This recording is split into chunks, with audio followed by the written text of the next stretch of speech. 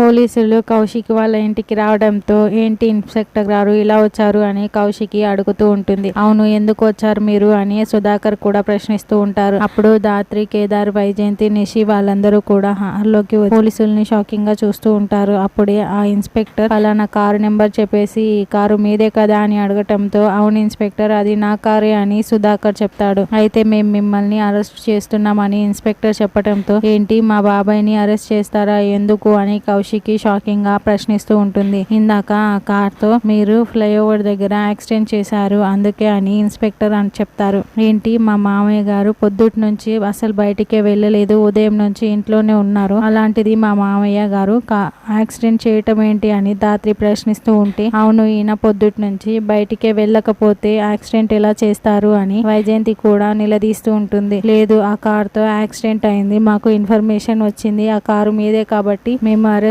చేసే తీరుతాము అని ఇన్స్పెక్టర్ అంటాడు. అప్పుడే దాత్రి అంతకు ముందుగానే గార్డెన్ లో మొక్కలకి నీళ్లు పోస్తూ ఉంటే బోజీ హడావిడిగా సుధాకర్ కార్ ని తీసుకువెళ్లి ఉంటాడు. అది గుర్తు చేసుకున్న దాత్రి మామయ్య గారు ఉదయాన్నే బూచి అన్నయ్య మీ కార్ ని తీసుకువెళ్లాడు కదా అని చెప్పటంతో అవునమ్మా అని సుధాకర్ అంటాడు. అంటే అప్పుడు వెళ్లిన బూచి అన్నయ్య ఇంకా ఇప్పటి వరకు తిరిగి రాలేదు అని దాత్రి అంటుంది. మరి బూచి ఎవరికి యాక్సిడెంట్ చేశారు, ఇప్పుడు బూచిని అరెస్ట్ చేస్తారా అన్నది రానున్న ఎపిసోడ్ లో తెలుసుకుందాం.